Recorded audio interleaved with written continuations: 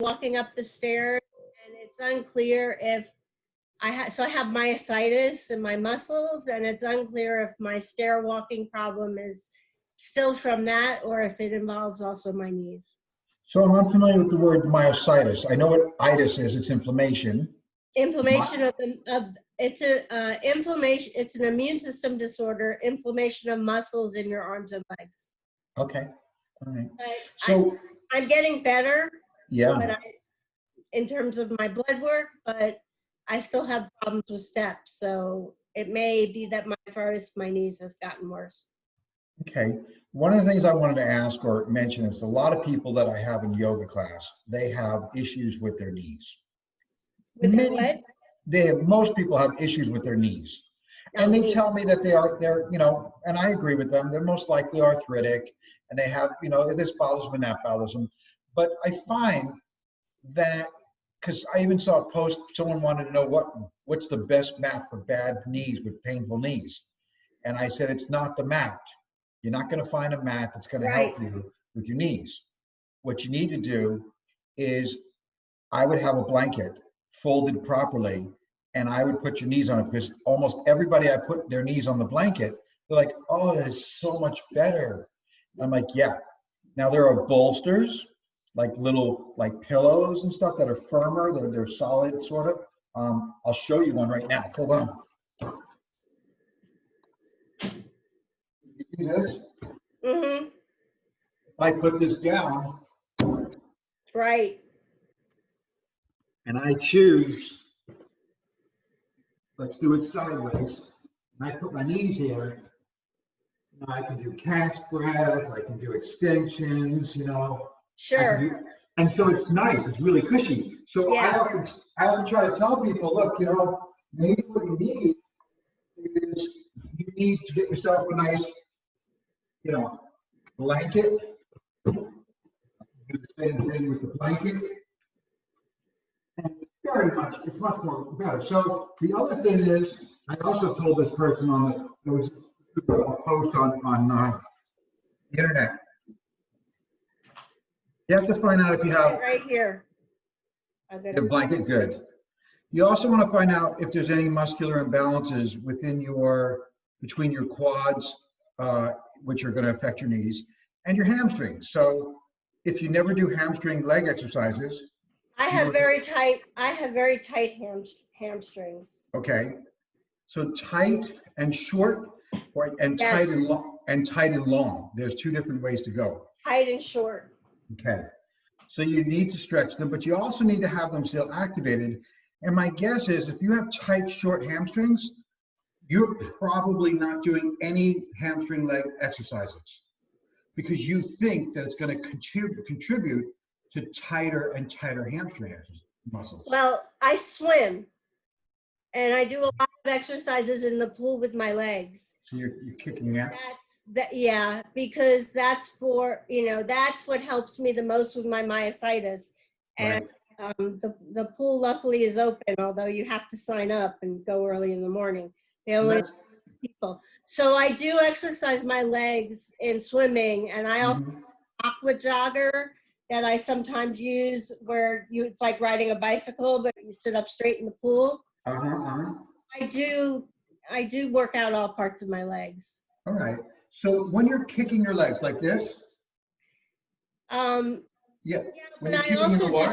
I also do kind of lunges in the pool that I wouldn't otherwise be able to do out in the pool. And like I said, I do bicycle, but yeah, I kick my legs straight and stay straight. So that's primarily going to be butt muscles when you're doing that. Not going to be any hamstring leg curls. And the deep lunges are all quads, all in the thighs, a little bit of glute, hip, you know, but there's no hamstring. The only way to get the hamstring is to take the heel and bring it towards your butt. You also can't have the knee go forward. I'm going to demonstrate since we're going over this. If I'm here, standing like this, and I stand, you can see my legs, one in front of the other, right? I'm going to take the leg closest to you, and I'm just going to bend the knee. You notice how my knee did not go forward? I kept the knee back here. So I could do a leg curl like this, and get the back of the leg, the hamstrings, from below the butt and above the knee, and I would get the hamstrings, and that would balance things out.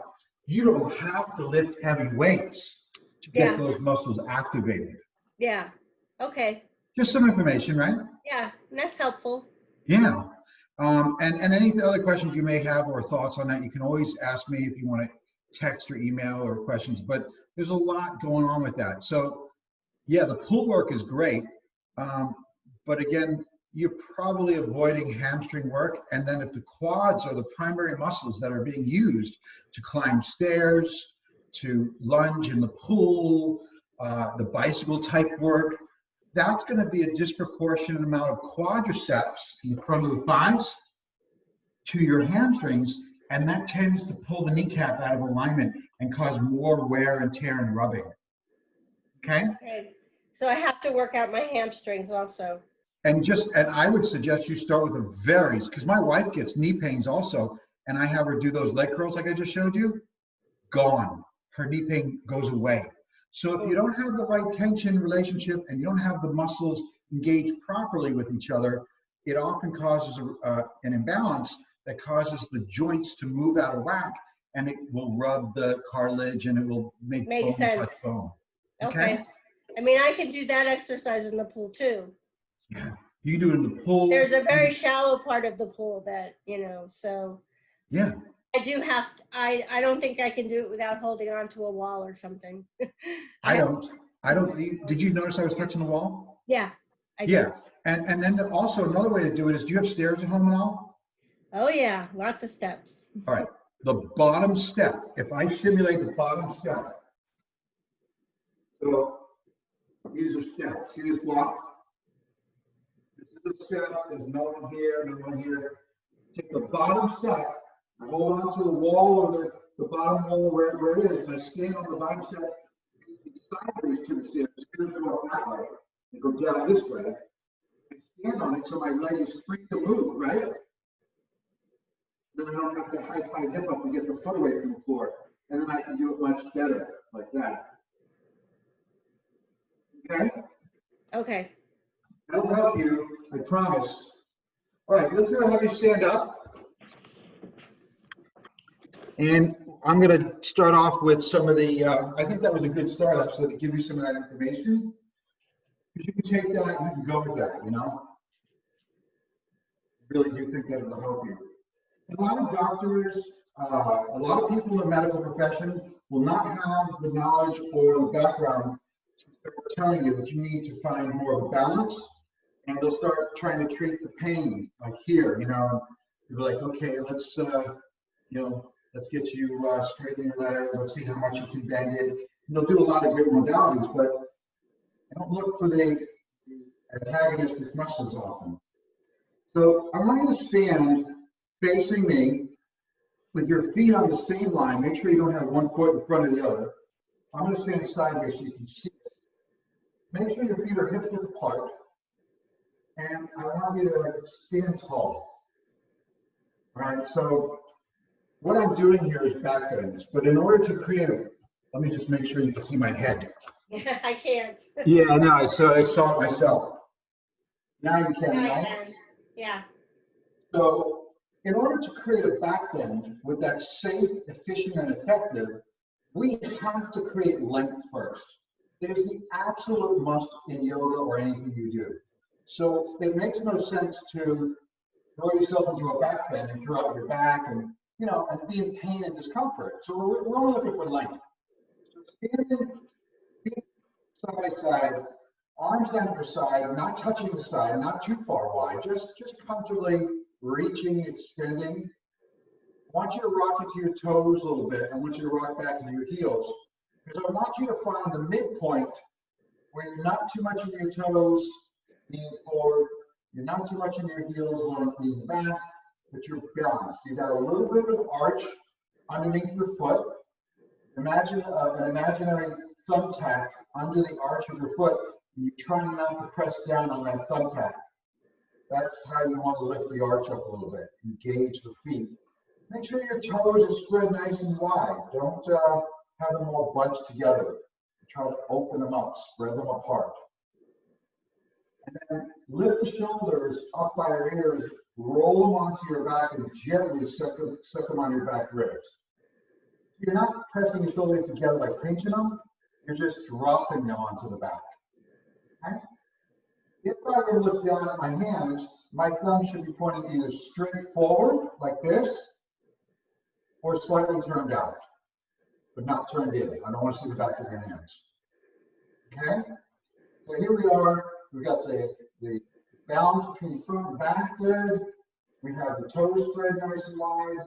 We have our shoulders on our back gently. Now, think about tucking your tailbone, the crack of your butt. Move it down. Move the crack of your butt down towards the heel so your back becomes longer. All right, so here is Tadasana, or mountain pose. It's a very simple pose that is meant to create length and balance. It's something that I do every day if I think my posture is poor, especially if I'm sitting at the computer. Absolutely.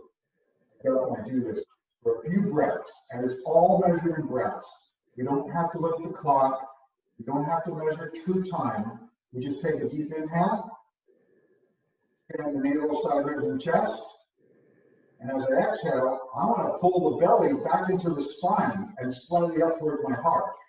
Exhale. It's like crouching it in, it's pulling it in, bringing the organs back into the body, strengthening the abdominal muscles. All right, now inhale, expand. And then exhale, draw the navel into the spine and slightly up towards your heart. Remember, all breathing is in through the nose, not really much of it's done through the mouth. You could breathe out through your mouth, but I recommend you start trying to breathe in through your nose and out through your nose. It's going to be slower and smoother and much easier. All right, now that we have the balance between the front and back, we have the tailbone tucked, we have the shoulders on the back, and our arms are extended. We're going to take the arms straight forward, all the way up in the air, as long as far as they will go to the ceiling. You're going to extend up, but you're not going to let your shoulders come up to your ears. Watch my shoulders. I don't want you doing this and disappearing your neck. I want you to keep your arms straight and bring the shoulders down so there's space. Does that look funny? There's space between the neck and the shoulders and the arms. So I'm extending, I'm lengthening, I got my tailbone tucked down, and this is the beginning of a back bend. The cuffs right at the edge. Before you get to a back bend, you have a full length of extensibility. This is going to be the best thing to get your muscles engaged to prevent you from shortening and tightening, but more opening. Good. Go ahead and release the arms out and down to your side. Perfect. So, what I just did with you is really the beginnings of everything I want you to think about during any back bend that we ever do. Because you have to go with length over the extension. We don't want to extend so much that we start feeling that in our back. We only want to go for the length. And then, if you're fortunate enough to be able to go long enough, if you're stable and you're secure, yes, you can lengthen until you start ending up into a back bend that doesn't create pain or discomfort. So often what I'll do is I'll put people, like up against the wall, and I start them off with their back on the wall like this, and I'll have them do the same Tadasana mountain pose. I'll have them inhale the arms up in the air and touch the wall if they can. Maybe they can't. Maybe they have a hard time touching the wall. And then I'll bring them back down. And then after they've done it like once or twice and they feel okay with it, you want to take a few breaths here, right? You don't want to like lose that. Then what I'll do is I'll have them move away from the wall. So I'm going to show you, like, I'm up against the wall now. I'm going to take this block, put it against the wall so that you can see that I'm not going to be touching the wall. Heels right up against the block. Now I could drop into the wall if I wanted, but I'm not. I'm going to stand straight. And then I'm going to inhale the arms straight up in the air.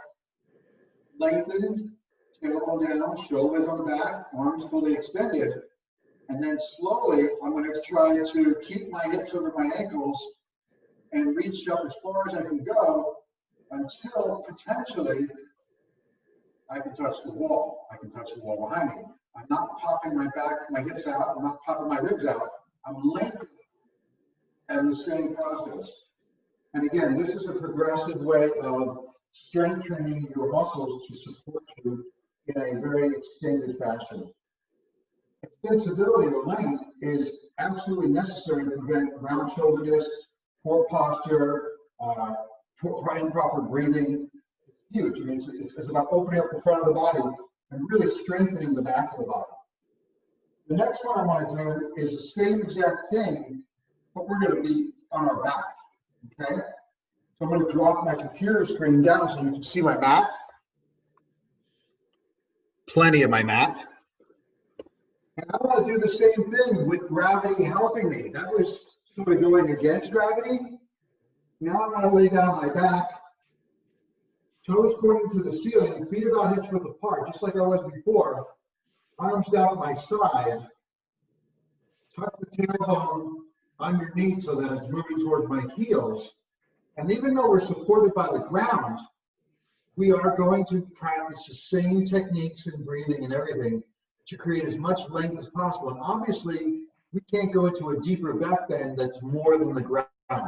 Obviously, we're not going to be able to go through the ground, but we can create this strength and extensibility the same way. So I'm on my back, inhale the arms up in the air, hands are about shoulders width apart, palms face each other, thumbs pointing behind me.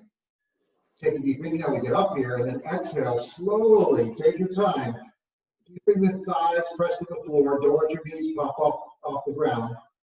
Keep your back of your leg on the floor. Tailbone tucked under. Slowly lengthen as much as you can with good breathing. Try to take the arms overhead. So your heels are pushing towards the front of your mat. Tailbone pushing towards your heels. Thighs are pressing to the floor. Ribs relax and soften, lower to the ground. So you can feel your lower back on the ground still. And reaching, extending without losing your neck. Making sure your breath is smooth. Take a deep inhale. Long, smooth exhale.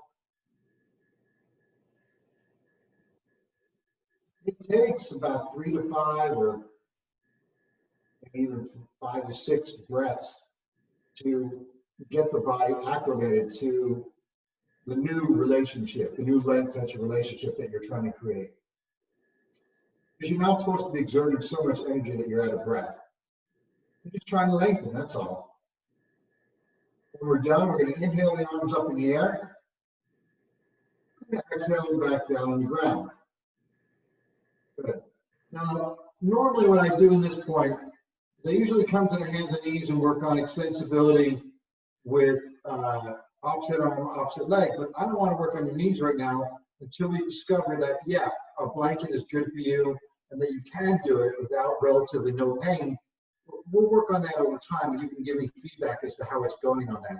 But right now, I want to do a bridge because a bridge is going to strengthen the muscles in the back of the body, going to lengthen the muscles in the front of the body, and it's going to open us up. So feet about hips width apart, head on the floor.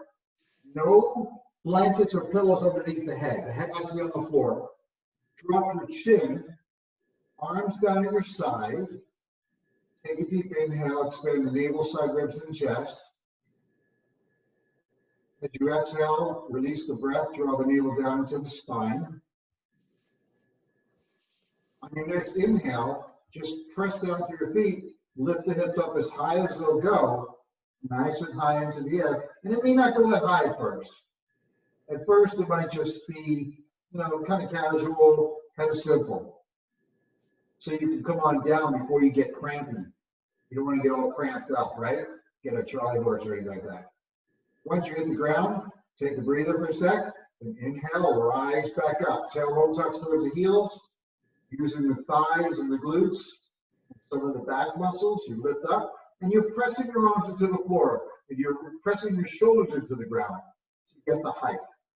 The more height you can get, the bigger the back bend, the more strength you're working on. And exhaling, releasing to the ground. Try it one more time, third time. Press down to the feet. Inhale, lift the hips nice and high. Now, when you've got your hips in the air, you don't have to worry much about your neck because your chin's going to go right towards your chest. It's going to flatten your neck out, and it's going to keep it nice and long. Okay? You won't be finding yourself looking over your head behind you. You're looking at your belly. You'll be looking at the ceiling in front of you, and then gently lower on down to the ground. Counter poses are what we call in yoga to kind of balance things out. I'm going to do a counter pose right now.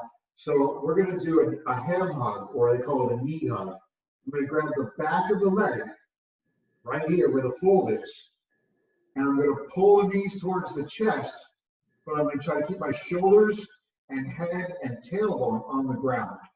I do not want to pull my tailbone off the ground by seeing how far I can pull my knees to my chest.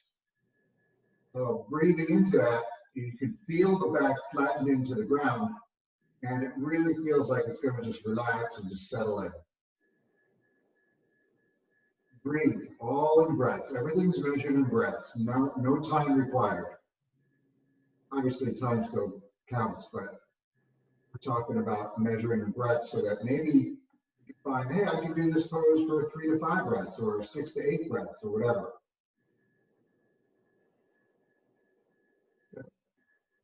All right, we're going to turn to our side, and then we're going to come and lay on our stomach, on our belly. So that was working against gravity in the sense that you were lifting your butt up in the air. But now we're going to try to lift the head, legs, shoulders, and arms off the ground. And this is where the muscles start to really get worked. This is the meat and potatoes of back bends, okay? So I'm going to be on my belly here. All right? Don't get me wrong, I am fully aware that when you're on your stomach, it feels like you're crushing, right? It feels like you're crushing your organs. So what we want to do is we're going to start off with an extended arm base. So just like we did when we were standing, and just like we did when we were on the floor on our backs. Take the arms and extend them out in front of me like this. I'm going to place my forehead on the floor in the middle of my arms. If I press down to the tops of the feet, I can lift the knees off the ground. See how my knees are off the ground? Make sure the knees are off. I can put them down, but I want to extend the legs as much as I can so that the knees rise off the ground. And if I press down through my hands where the pinky's touching the floor, my thumbs are pointing to the ceiling. I'm shaking someone's hand. Then what I have is my elbows come off the ground.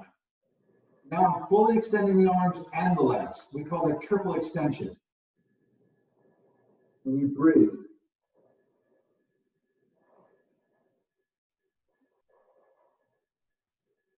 Your breath should be a 3 to 4 count to inhale when you expand, and a 6 to 8 count to exhale when you release.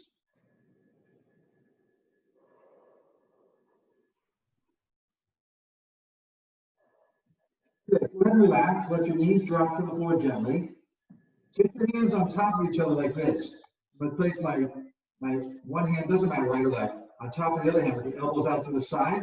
And then when I put my forehead on my hands, I have space for my breathing, so my nerves won't be on the floor crushed.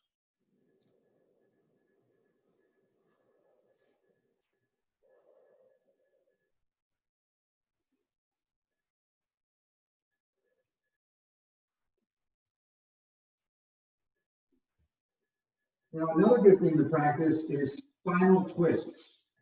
And spinal twists can be thrown in anywhere in yoga. And one of the spinal twists is in the neck region. What I want you to do is keep your hands on top of each other like they are. I'm going to actually face you so you can see it better. I'm going to have my hands on top of each other, elbows out to the side. What I'm going to do is I'm going to take my right ear, I'm just going to place it right on my hands. And that's going to provide a stretch for my neck. The muscles in the neck are numerous, particularly in the sternocleidomastoid or rotator muscles in the neck. If you can't turn your head, at least from one side to the next, it really inhibits your ability to see things clearly, and you can, reduce the, you'll increase the potential for accidents. Go ahead and turn your head to the other side. And you're going to find that one side feels a little more comfortable than the other, usually.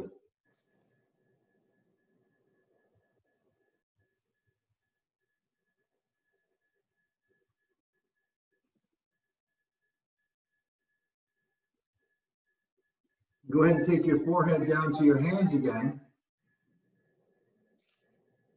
That probably feels good.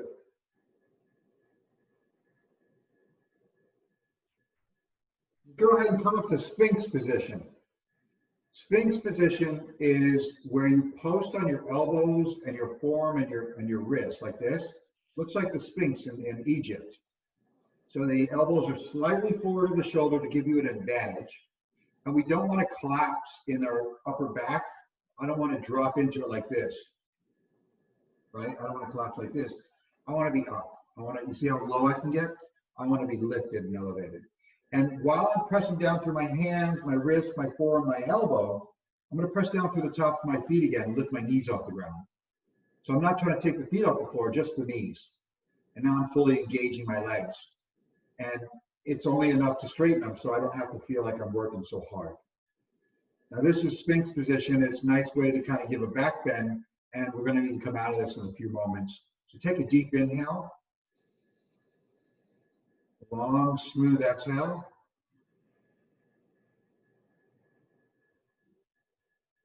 One more deep inhale. And as you exhale, gently lower down and take your arms out in front of you again, palms flat with the thumbs on the inside, forehead on the ground.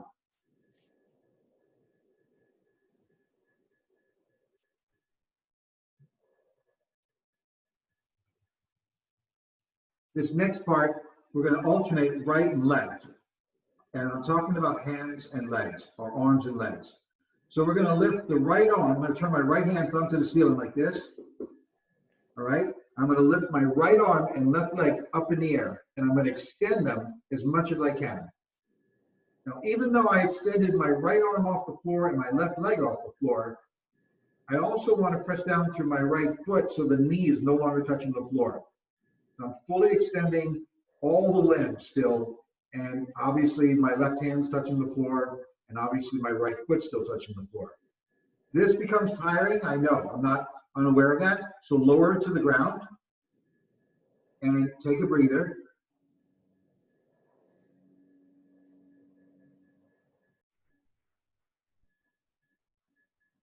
And then we'll try the other side. Turn your left hand thumb to the ceiling. Press down through both feet for a moment. Press down through the right hand and make sure your left hand is turned to the ceiling and thumb to the ceiling.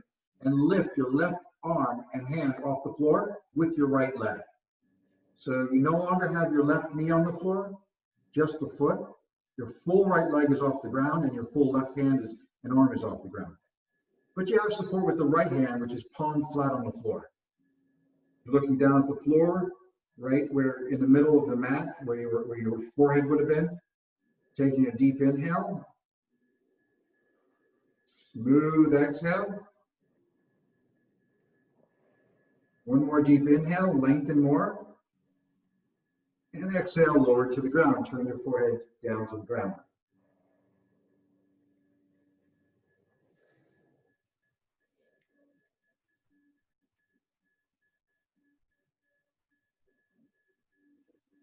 The next one we're going to do is you're going to keep both feet on the floor. You're not going to take the feet off the floor, but your knees will rise off the ground to show that you're engaging your legs.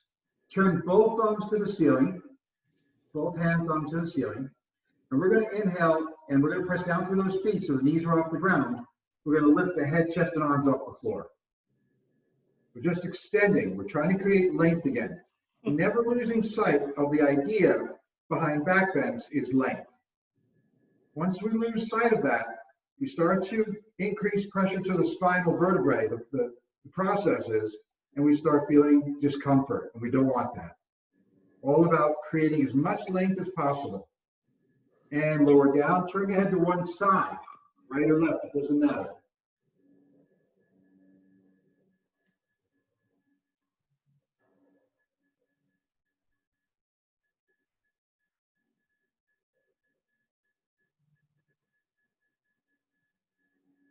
Forehead back down to the ground, arms fully extended. Press down through the tops of the feet, lift the knees off the ground. Inhale, lift your head, chest, and arms off the ground. Breathe and extend and lengthen. Breathe fully. No bending of the elbows, no bending of the legs.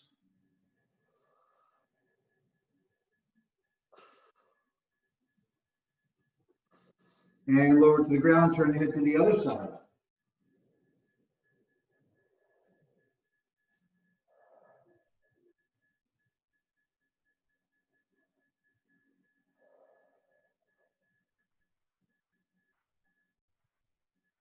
One more, ready? Of course I am, Rick. Yep, We're going to I'm take, still here. good, good. Are you feeling warm? Am I feeling what? Warm, hot. No, I'm okay. Good, good. Do you feel your muscles feel like they're working? Yes. That's what I want to hear. I want to make sure you're getting a good workout. So we're going to take everything off the ground and we're not going to levitate. We're going to keep the pelvis and the ribs on the floor, okay? Mm-hmm. So I'll do it sideways, you'll see. So here I am, standing, and I'm going to inhale, lift, and reach and extend. All about extension. I don't care how high you go. I don't want like the legs way up in the air and the arms low, or the arms way up and the legs low. Just extend, just reach and lengthen. Take a deep inhale right here. Smooth, long exhale. One more deep inhale. And exhale, lower to the ground. Turn your head to one side.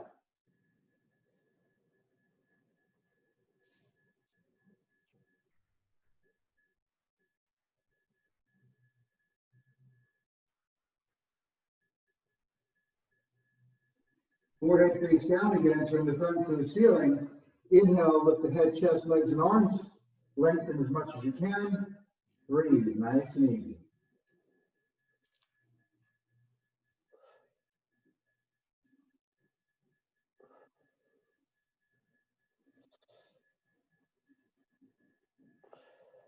Lower down to the ground and turn your head to the other side.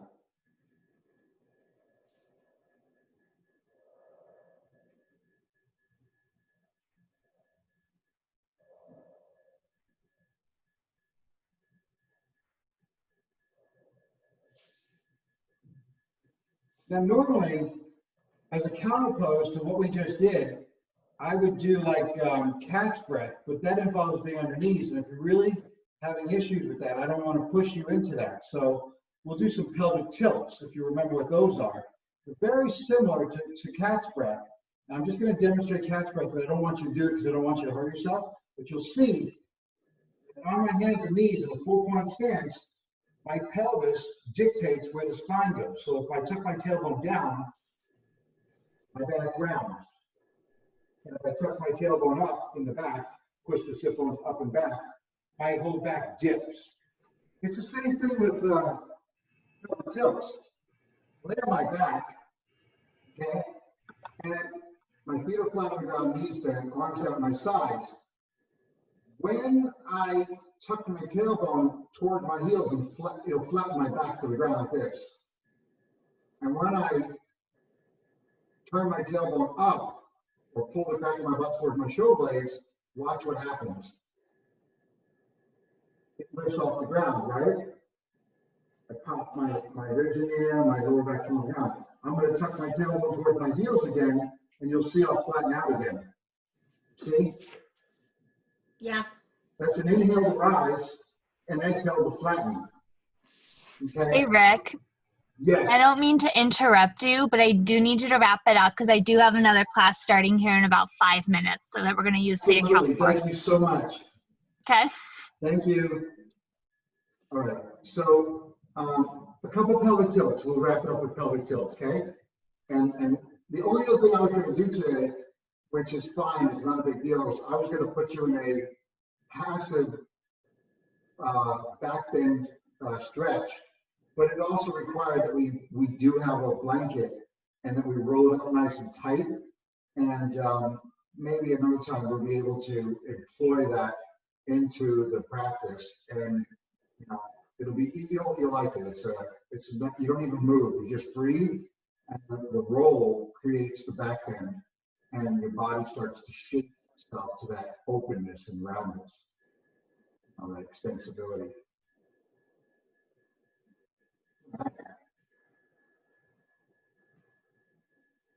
Good, so pelvic tilts, wonderful exercise to achieve functional movement in your spine when you're locked up.